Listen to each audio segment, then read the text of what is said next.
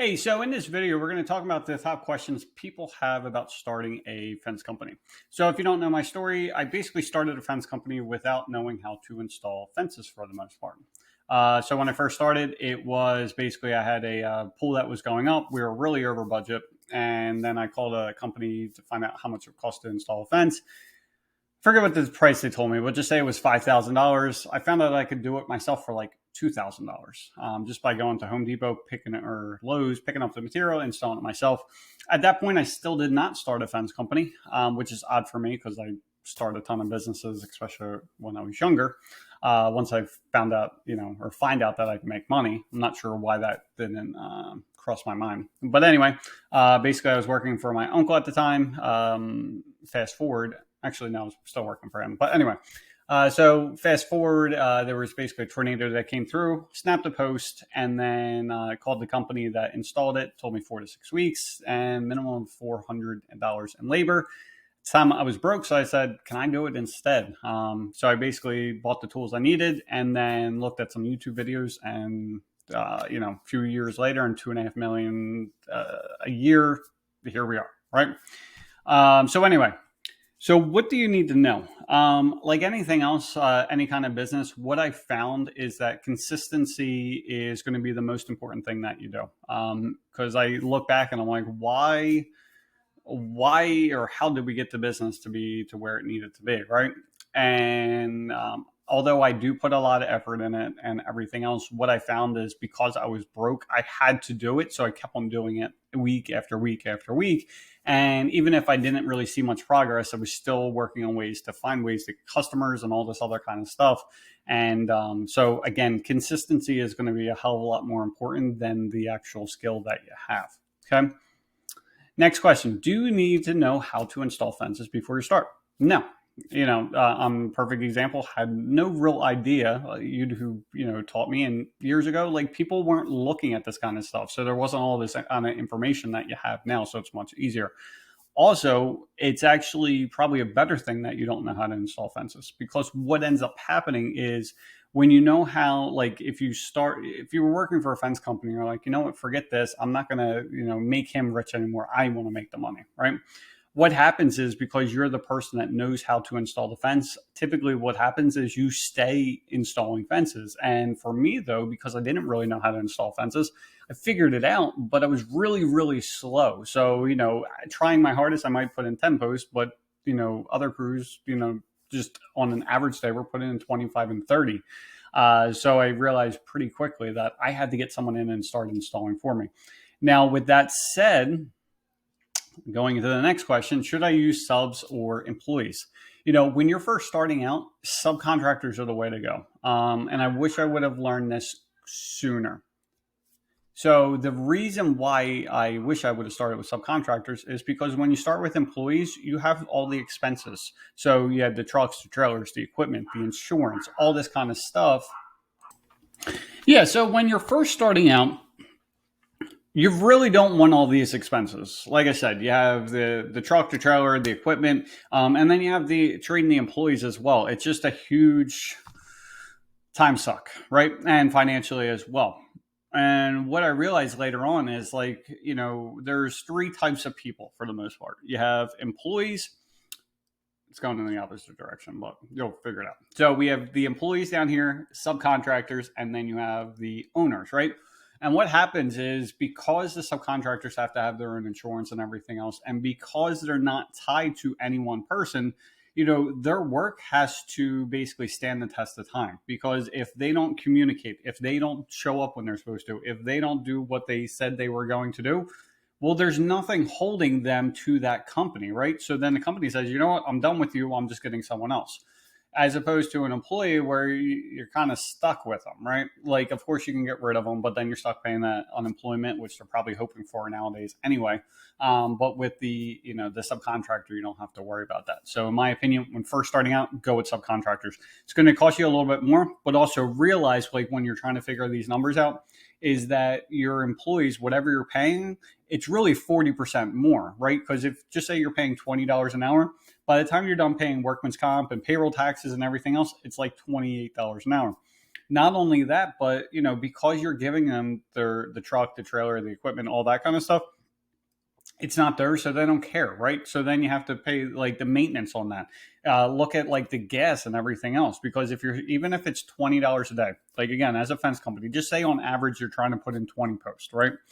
Well, if you're spending $20, a day in gas, well, that's an extra dollar per post that you're basically paying, right? So everything adds up. Not even that, but start looking at the insurance that you're paying on the truck and the trailer and stuff like that, right? So there's a lot of downsides to having employees. For the people that are like, I don't want to use subcontractors because the homeowners don't want it, and I don't want someone else from another company, and they might steal my business, and blah blah blah. Right? I had all those concerns too, but it got to the point where this was back in last year, where we were so backed up because my employees were just slow as crap. And plus it was super hot out, everything else. And we were just really busy and I needed to do something. So I'm like, you know what, screw it. Or go on subcontractors. And I'm like, after that, I'm like, oh my God, like, why didn't I do this from the get go? So me personally, start with subcontractors. Next thing we're talking about is how do you get the first customers, right? So in here, I have a few different ways. Typically, it's like the Facebook group. Craigslist ads are very underrated. So I'll do another post just specifically about this. But with Craigslist ads, you basically pay $5 and you might have to renew it every, I don't know, 2 to 3 weeks, right? So in the course of a month, you may only be paying like $10 per area to advertise. Will you get a ton of business? No. But you're going to get something here and there, and then you can use that as word of mouth and referrals and all that kind of good stuff. And because, number one thing people always talk about is like, don't pay for advertising, only deal with word of mouth. Yeah, but if you're just starting out, there's no word of mouth, right? So that's where we do Craigslist ads, stuff like that. And then the Facebook groups. So if you have different township Facebook groups, the thing is you don't want to be spammy. You literally just want to help people out, right? So if they have a question, like you just answer the question, right? And then what'll happen is they'll naturally gravitate to your profile and then the business page and all that kind of stuff. The other thing that no one really looks at when they're first starting is the Google My Business listing. So this isn't right away. The thing about this is it's more of like an SEO. So if you don't know what SEO is, it means search engine optimization. Basically, there's two ways to get traffic to your website, right? There's you have the organic, which is SEO, which is basically it's free for the most part, right? And then you have paid traffic, which is like Google ads, Facebook ads, stuff like that. So anytime something's free, it takes a lot longer because at the end of the day, to get that traffic, you have to pay for it in some sort of way. It's like, do you want to pay for money or do you want to pay in time, right? So over time, it does build up. Like this is the number one way how we get customers at this point, especially because of the reviews. It just helps. The other thing, Google ads, Facebook ads, honestly, when you're first starting out, unless you're starting and you have a decent amount of capital, this is probably not what you're going to end up doing. It's mostly doing the Facebook groups and the Craigslist ads. So there we go. What kind of tools do you need when you first start a fence company? Again, depends the route you're going. If you're going to go the subcontractor route, well, at that point, you basically need not much. You really need a measuring wheel. You could use a tape measure, but measuring wheel, it's not quite as accurate, but it's very easy to use. And it just makes things a hell of a lot quicker. And then beyond that, you probably want to have some sort of quoting program, right? So in the beginning, I started with Joist. I don't know if it's still free, but basically it was free back then. It's probably next to free or, close. And you basically, what you want that for is a way to make professional looking quotes and then also a way to take credit cards. That's really what you need in the very beginning. Besides that, for scheduling, stuff like that, and communication, you're probably using Gmail or some kind of other, provider. The other thing that you want to use besides that is probably like a Google Calendar or whatever kind of calendar that you end up using. But you want to put on there so that way you're not forgetting about your quotes, you're not forgetting about the installations, that kind of thing. But as far as tools, if you are going to start your fence company and you want to use employees or you're going to do it on your own, if you're doing it on your own, chances are you already worked for a fence company. So, you need, a shovel, a rake, post hole digger, digging bar, like that kind of stuff. How much can you make as an owner? People, it really depends. You can make zero. You could literally lose money, or you can make a shit ton of money. Like there's all in between, right? And it really, it's not even so. Actually, we'll talk about that next. But like, so as far as the financial side of things, it's not a one size fits all situation, right? Because everyone's different.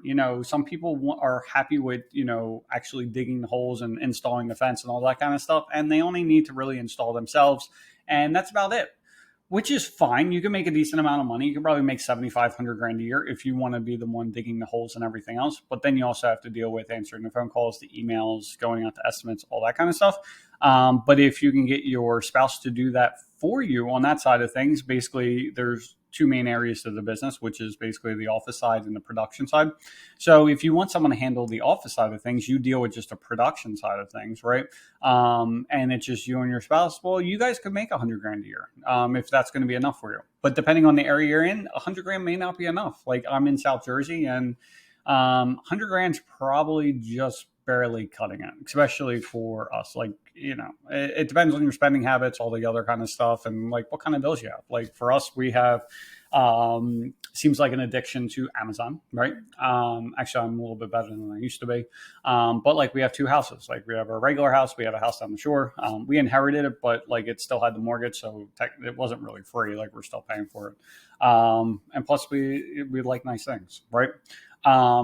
But it really depends on everyone's different, right?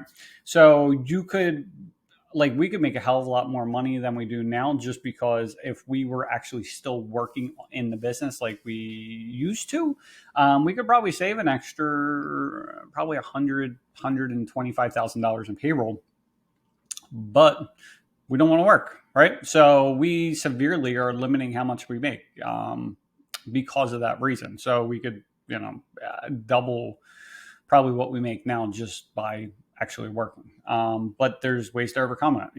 For us, we just advertise more. We're working on increasing our closing percentage. So once we do that, then we'll be able to basically take our business from 2.5 million, probably closer to 4.5 to $6 million. And when you're running 40% gross profit, like an extra $2.5 million is like $1 million in your pocket. It's crazy, right? So anything's possible there. But again, it's like what you feel like dealing with. A lot of people aren't cut up to be business owners. It takes a lot of, conviction. I have to know and feel that I know I'm right. And I just keep on moving forward.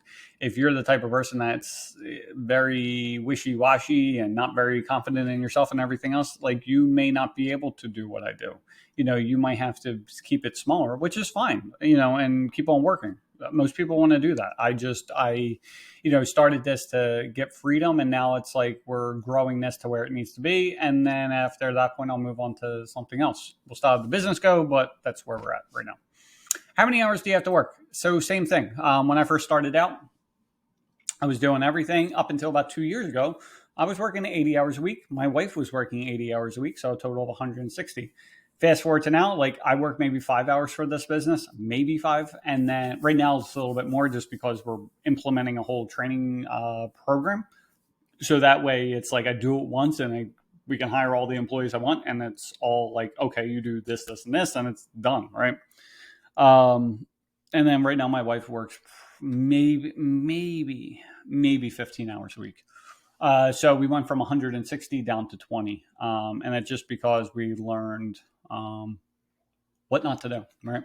So it really depends. In the beginning, especially before you have employees and everything else, you're going to be installing, if you don't go the subcontractor route. So that's the other thing you got to worry about. Is like if you're installing, like there's all those hours you have to deal with.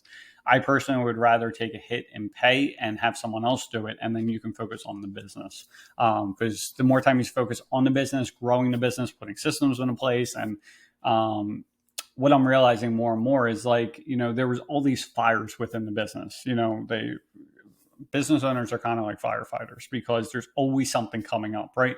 So there's a fire here. It's like, all right, I'll put that out. And then next thing, something else starts. And then you're just going back and forth and you're juggling all these issues, right? Well, when you don't have to install, when you have time to actually look at your business and work on it, well, then you can say, well, why does this keep happening, right? What can I do to change this? What can I do to stop this from happening? Like that's what normally for me, I would just get pissed off that something, stuff was going wrong in the business. But then I would just start asking myself, like, how do we stop this from happening again? Right. And what happens is you start fixing those issues because there's something underlying that's causing those issues to pop up. So once you find out what that underlying issue is and you fix it, well, then that stops happening. Obviously, that one fires out, and then you still have like 16 other ones. Well, you just go knock them out. And it might even be like you're looking at the easiest ones. Like, what's the quickest ones? It's kind of like the Dave Ramsey side of things for, the financial advice as far as saving money and that kind of thing. Is that you basically fix the ones that are the easiest? Because if you have 16 issues, but you can knock out 10 of them pretty quickly, well, then you only have the other 6 to deal with, right? So you can do that. So anyway, hopefully that answers your question. I hope you have an awesome day, and talk to you soon.